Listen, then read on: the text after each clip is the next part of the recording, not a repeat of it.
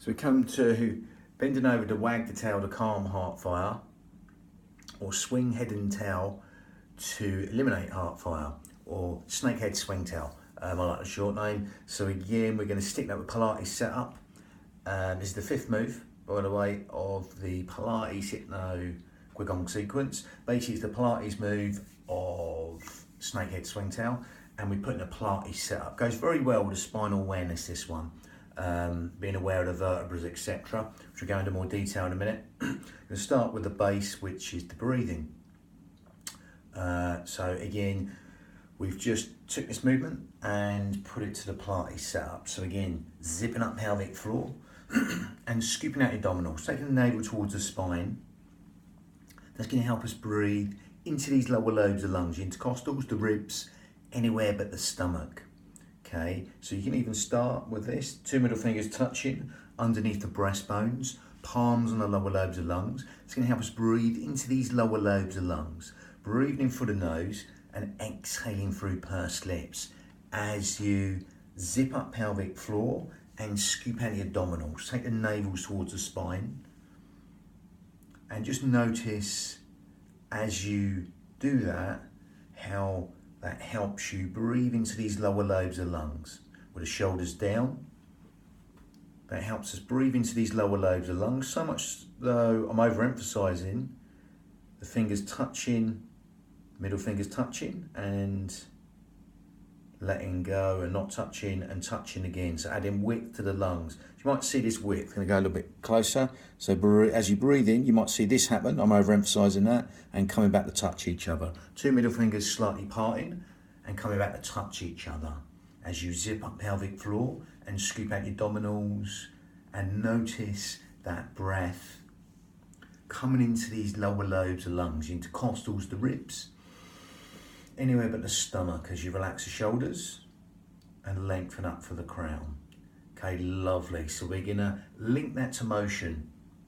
Okay, I'm gonna show you the traditional way, and then we're gonna do a way that lengthens the out breath, because as you do this, we want to lengthen the out breath. That makes this hypnotic breath, or like the 7-11 breathing used a lot, or whatever it is, 5 in and extra out, can be 10, 11, whatever, 7-11 I've heard it called. Doesn't matter, you're not going to count. Just going to make the out breath longer than the in breath. Can be a little bit longer or a lot longer, but not so much you're like running out of breath.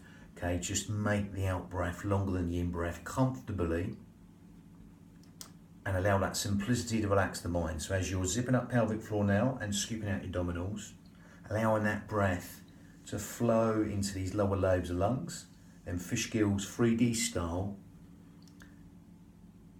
and then exhaling through pursed lips for as long as you like, as if you're sort of blowing out a candle through pursed lips. Quadruple it, double it, triple it, whatever you like the out breath, just make it longer than the in breath.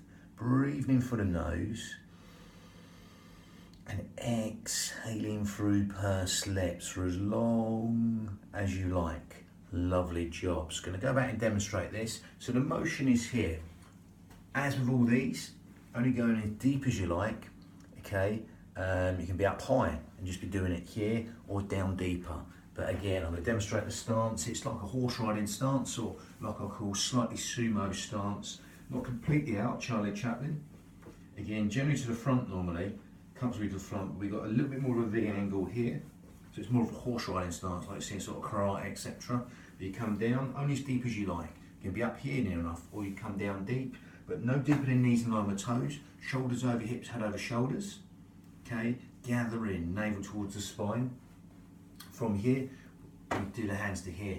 Now I like this, we press down into here to start off with. That allows a little bit of length to happen and traction in the spine. Okay, you can even do that for a little bit before you start. Move the head very, very gently and slowly. Tiny motions.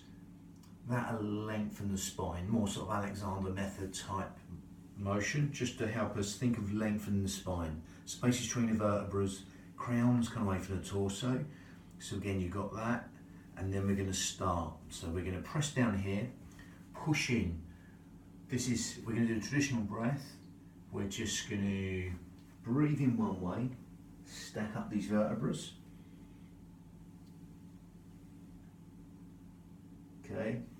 come back to center. So again, we're gonna breathe in, come back to center, and then we're gonna exhale, stack up these vertebrae, and breathe in back to center. And then we're gonna exhale the other way. That's the traditional way. Okay, we're stacking up the vertebrae, but we're gonna do it with an elongated out breath. So we'll do it slightly different. So from here, we're gonna breathe in the center, exhale to that side, breathe in the center, exhale to that side. So you can elongate the out breath.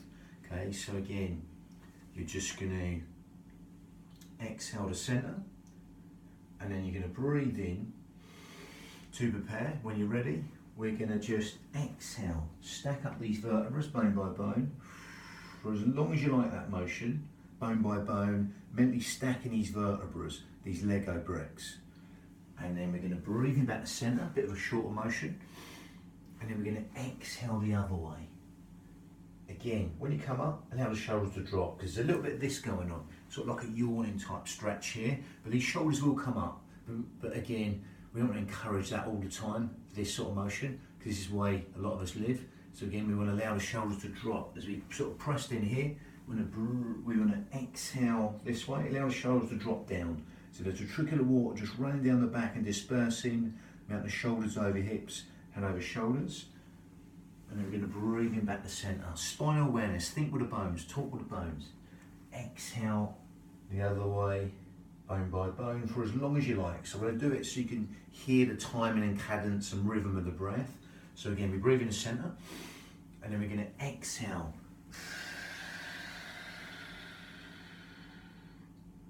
Then we're going to breathe in the center, and then we're going to exhale the other way, stacking these vertebrae, allowing the shoulders to melt down in towards the body. And then we're going to breathe in back to center.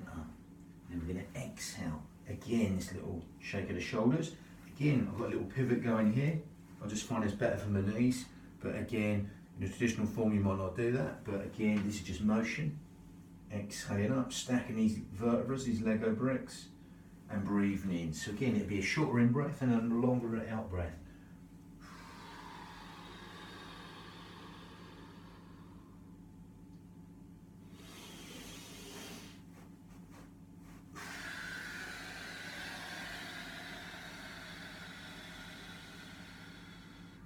Don't hyperextend the back, shoulders over hips, head over shoulders, nice and neutral, zipping up pelvic floor, scooping out your abdominals, breathing back to center, and exhaling for as long as you like on that motion. So the motion when you're elongating the out breath, you just want to make longer basically.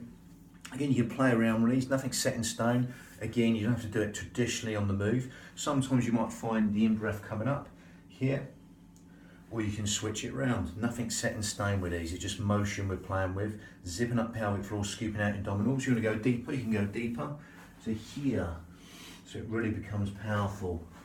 But again, see what suits you. So you've got two hands, climb the legs to strengthen kidneys next. That's number 6. Lovely, that was number 5, bang.